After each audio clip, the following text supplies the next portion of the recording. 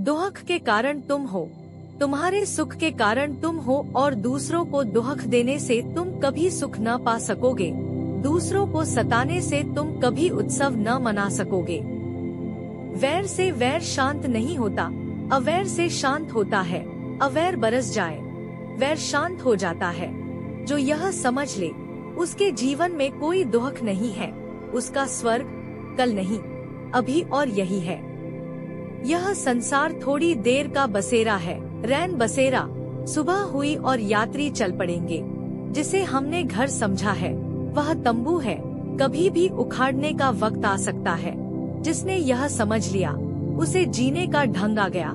क्षण भर का खेल है, फिर किसी को दुख क्या देना।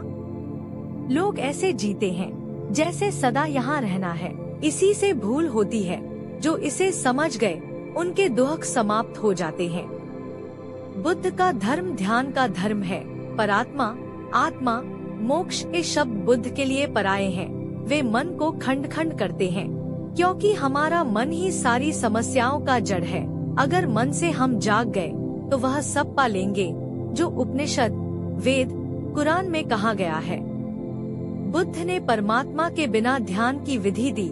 आत्मा की धारणा को भी ध्यान के लिए आवश्यक न माना। उनके अनुसार ध्यान स्वस्थ है। वे हमें निरोग करने आए हैं। मनुष्य के लिए बुद्ध एक मानस चिकित्सा की तरह है। उन्होंने 4 आर्य सत्य की घोषणा की। मनुष्य दुख में है, दुख का कारण है, दुख के कारण को मिटाया जा सकता है। सत्य की एक दशा ऐसी भी है जब दुख नहीं रह जाता। जीवन का रस वस्तु में नहीं, स्वयं हम में है। जब तक हम उसे विषय में देखेंगे भटकते रहेंगे। जब हम देखना शुरू करेंगे कि वह मुझ में ही है, वह मैंने ही डाला है वस्तु में, उसी दिन जीवन में क्रांति शुरू हो जाएगी। अंतर्यात्रा को बुद्ध ने योग कहा है। सबल होने की कला योग है। इंद्रियों का उपयोग संयम से भरा हो। बुद्ध के अनुसार 4 कदम से आगे देखने की आवश्यकता नहीं है।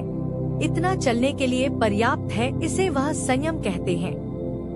जो सुनने योग्य नहीं है उसे सुनना नहीं, जो छूने योग्य नहीं है उसे छूना मत। जितना जीवन में जरूरी है उसके पार मत जाना। जीवन में शांति की वर्षा होने लगेगी।